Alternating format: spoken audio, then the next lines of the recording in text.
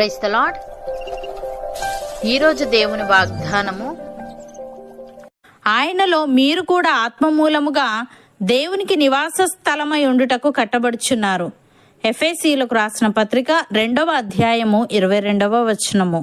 సహోదరి సహోదరులారా, ఈ వాక్యం క్రీస్తు రక్తం ద్వారా యూదులు మరియు అన్యులు ఒక శుద్ధమైన దేవుని ప్రజలుగా మారుతున్నారని, దేవుని మందిరము వలె కట్టబడుతున్నారని పౌలు తెలియజేస్తున్నాడు. అయితే ఇది భౌతిక కట్టడం కాదు, ఇది ఒక ఆధ్యాత్మిక నిర్మాణం. ఏదైనా భవనం కట్టడానికి ఇటుకలు అవసరమవుతాయి. ఆ భవనములో ప్రతి ఇటుక ప్రాముఖ్యమే. అలాగే దేవుని మందిరంలో ఒక్కో నమ్మకస్తుడు ఒక్కో ఇటుక వలె ఉన్నాడు. మనం కలిసి కట్టబడితేనే దేవునికి నివాస స్థలముగా మారతాం. ప్రతి విశ్వాసి దేవుని శరీరంలోని ఒక భాగం. మనమందరం కలిసినప్పుడే దేవుడు నివసించగల గృహంలా తయారవుతాం.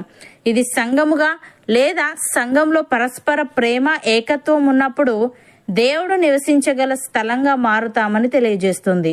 దేవుడు మన మధ్య నివసించాలంటే పరిశుద్ధత, ఏకత్వం, ప్రేమ ఉండాలి. యేసు ద్వారా మనం శుద్ధపరచబడి పరిశుద్ధాత్మ ద్వారా కట్టబడుతుంటేనే మనం దేవునికి నివాస స్థలంగా మారగలము. ఒక వ్యక్తి ఎంతో శ్రమించి ఇటుకలు కొన్నాడు, కానీ అవన్నీ విడివిడిగా ఆవరణలో పడి ఉన్నాయి. అవి గోడగా లేకపోతే భవనంగా మారలేవు. మరి ఎవరైనా నడుచుకుంటూ వచ్చి అడుగుపెట్టినా అవి పడిపోతాయి. వాటికి బంధం లేదు. పరిశుద్ధాత్మ అనేది మనల్ని కలిపే ఒక బంధం. అది మనల్ని ఒక గోడలా నిలబెడుతుంది. మనం సంఘంగా లేకుండా, ఇతర విశ్వాసులతో ఏకత్వం లేకుండా ఒంటరిగా ఉంటే దేవునికి నివాస స్థలంగా మారలేం. మన శరీరంలో ప్రతి భాగం ఒకదానితో ఒకటి అనుసంధానమై ఉంటుంది.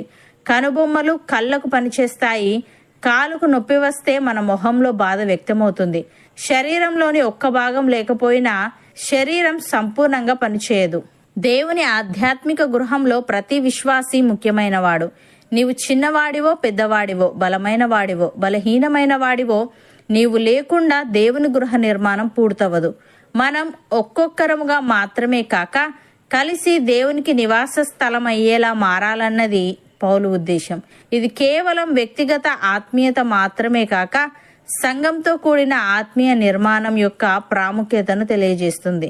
భక్తుడు ఈ విధంగా అంటున్నాడు: క్రీస్తు యేసే ముఖ్యమైన మూలరాయి అయి ఉండగా అపోస్తలులను ప్రవక్తలను వేసిన పునాది మీద మీరు కట్టబడి ఉన్నారు.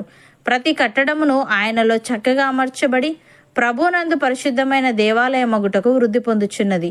ఆయనలో మీరు కూడా ఆత్మ మూలముగా దేవునికి నివాస స్థలమై ఉండుటకు కట్టబడుచున్నారు అని. ప్రియులారా, మనుషుల చేత విసర్జింపబడినను దేవుని దృష్టికి ఏర్పరచబడినదియు అమూల్యమును సజీవమునైన రాయగు ప్రభునొద్దకు వచ్చిన వారమై యేసుక్రీస్తు ద్వారా దేవునికి అనుకూలములకు ఆత్మ సంబంధమైన బలులను అర్పించుటకు పరిశుద్ధ యాజకులుగా ఉండునట్లు మనమును సజీవమైన రాళ్లవలె నుండి ఆత్మ సంబంధమైన మందిరముగా కట్టబడుచున్నాము. ఏలయనగా, ఇదిగో నేను ముఖ్యమును ఏర్పరచబడినదియు అమూల్యము నగు మూలరాతిని సియోనులో స్థాపించుచున్నాను. ఆయన యందు విశ్వాసముంచువాడు ఏమాత్రమును సిగ్గుపడడు అన్నమాట లేఖనమందు వ్రాయబడి ఉన్నది. విశ్వసించుచున్న మనకు ఆయన అమూల్యమైన వాడు. విశ్వసింపని వారికైతే ఇల్లు కట్టువారు ఏ రాతిని నిషేధించిరో అదే మూలకు తలరాయి ఆయను, మరియు అది అడ్డురాయు అడ్డుబండయు ఆయను. అపోస్తలుడైన పౌలు ఈ విధంగా అంటున్నాడు: మీరు దేవుని ఆలయమై ఉన్నారనియు దేవుని ఆత్మ మీలో నివసించుచున్నాడనియు మీరు ఎరుగరా? ఎవడైనను దేవుని ఆలయమును పాడు చేసిన ఎడల దేవుడు వానిని పాడు చేయును. దేవుని ఆలయము పరిశుద్ధమైనది, మీరు ఆ ఆలయమై ఉన్నారు అని. సహోదరి సహోదరులారా, దేవుని ఆత్మ మనలో నివసించి ఉన్న ఎడల మనము ఆత్మ స్వభావము గలవారమే గాని శరీర స్వభావము గలవారము కాము. ఎవడైనను క్రీస్తు ఆత్మ లేనివాడైతే వాడాయన వాడు కాడు.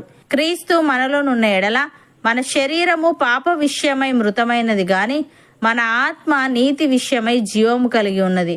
మృతులలో నుండి యేసును లేపిన వాని ఆత్మ మనలో నివసించిన ఎడల మృతులలో నుండి క్రీస్తు యేసును లేపినవాడు చావునకు లోనైన మన శరీరములను కూడా మనలో నివసించుచున్న తన ఆత్మ ద్వారా జీవింపజేయును. కాబట్టి సహోదరులారా, శరీరానుసారముగా ప్రవర్తించుటకు మనము శరీరమునకు రుణస్థులము కాము. మనము శరీరానుసారముగా ప్రవర్తించిన ఎడల చావవలసిన వారమై ఉందుము గాని ఆత్మచేత శారీర క్రియలను చంపిన ఎడల జీవించెదము. అవును అన్నవారు నాతో పాటు ప్రార్థనలో ఏకీభవించండి. పరిశుద్ధుడా, ప్రేమగల తండ్రి, నీలో మేము ఆత్మ మూలముగా నీకు నివాస స్థలమై ఉండుటకు కట్టబడుచున్నామని, ప్రతి విశ్వాసి నీ శరీరములోని ఒక భాగమని, మేమందరం కలిసినప్పుడే నీవు నివసించగల గృహంలో తయారవుతామని తెలియజేశావు. తండ్రి, నీకు స్తుతులు. దేవా, మనుషుల చేత విసర్జింపబడినను నీ దృష్టికి ఏర్పరచబడినదియు అమూల్యమును సజీవమునైన రాయియగు ప్రభునొద్దకు వచ్చిన వారమై యేసుక్రీస్తు ద్వారా నీకు అనుకూలములకు ఆత్మ సంబంధమైన బలులను అర్పించుటకు పరిశుద్ధ యాజకులుగా ఉండునట్లు మేమును సజీవమైన రాళ్లవలె నుండి ఆత్మ సంబంధమైన మందిరముగా కట్టబడుటకు సహాయము దయచేయమని, నీ ఆత్మ మాలో నివసించి ఉన్న ఎడల మేము ఆత్మ స్వభావము గలవారమే గాని శరీర స్వభావము గలవారము కాము గనుక చావునకు లోనైన మా శరీరములను మాలో నివసించుచున్న నీ ఆత్మ ద్వారా జీవింపజేయమని, ఆత్మచేత శారీర క్రియలను చంపే ఆత్మీయత మాలో ప్రతి ఒక్కరికి నీవే అనుగ్రహించమని యేసుక్రీస్తు నామమున ప్రార్థిస్తున్నాము తండ్రి. ఆమెన్.